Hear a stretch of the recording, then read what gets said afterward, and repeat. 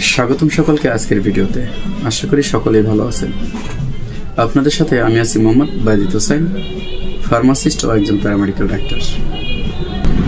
অন্যান্য দিনের মতো আজকে আপনাদের সাথে আমি একটি রোগ নিয়ে আলোচনা করব এবং এই রোগটি থেকে কিভাবে পরিত্রাণ পেতে পারি সে বিষয়ে আলোচনা করার চেষ্টা করব ইনশাআল্লাহ।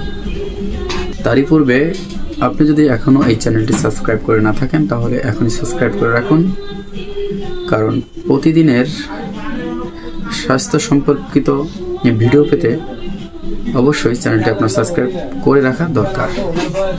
ভিউয়ার্স, আজকে যে বিষয়টা নিয়ে আলোচনা করতে চাচ্ছি সেটি হচ্ছে মহিলাদের একটি গোপন রোগ, সাদা স্রাব।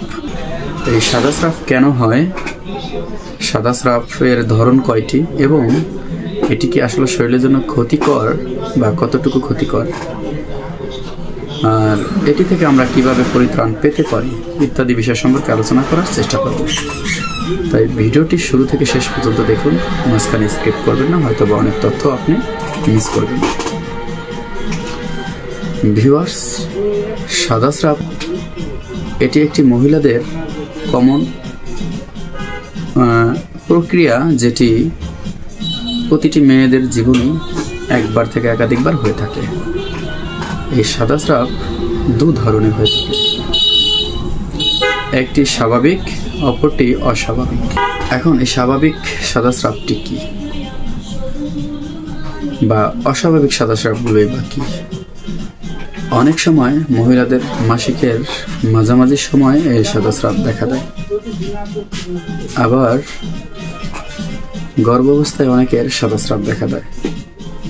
এছাড়াও অনেকের যৌন উত্তেজনা অর্থাৎ হরমোনের আনব্যালেন্সের কারণেও সাদা স্রাব দেখা যায়।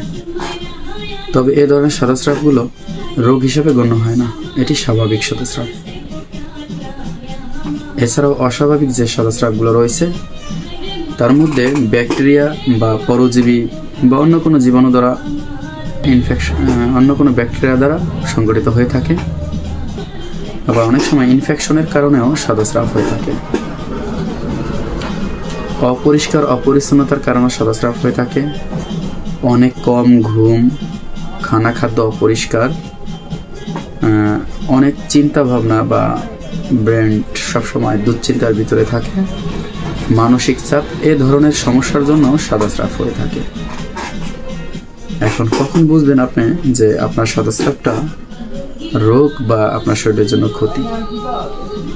সেটা হচ্ছে যখন দেখবেন আপনার সাদা স্রাবটি দুর্গন্ধযুক্ত ও বিবর্ণ কালার ধারণ করে, হলদে অথবা সবুজ এ ধরনের দেখা দেয়, দুর্গন্ধযুক্ত থাকে এবং তীব্র জ্বালা পোড়া দেখা দেয়, তখন বুঝে নেবেন আপনার ইনফেকশন হয়েছে অথবা এই সাদা স্রাবটা আপনার জন্য শরীরের জন্য খুবই ক্ষতিকর।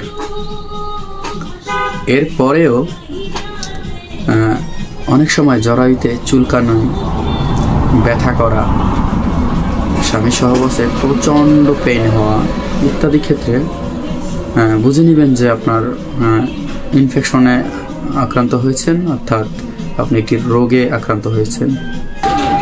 আবার অনেক সময় খেয়াল করবেন যে আপনার সাদা স্রাব যেতে যেতেই আপনার শরীর অনেক কাবু বা আপনি দুর্বল, শরীর শুকিয়ে যাচ্ছে, খাবারে অরুচি আসছে, শরীর কোনো কাজ কর্ম ভালো লাগে না ইত্যাদি ক্ষেত্রে বুঝে নেবেন আপনি বড় ধরনের ব্যাকটেরিয়া দ্বারা অ্যাটাক বা ব্যাকটেরিয়া দ্বারা সংঘটিত হয়েছে আপনার সাদা স্রাবটি।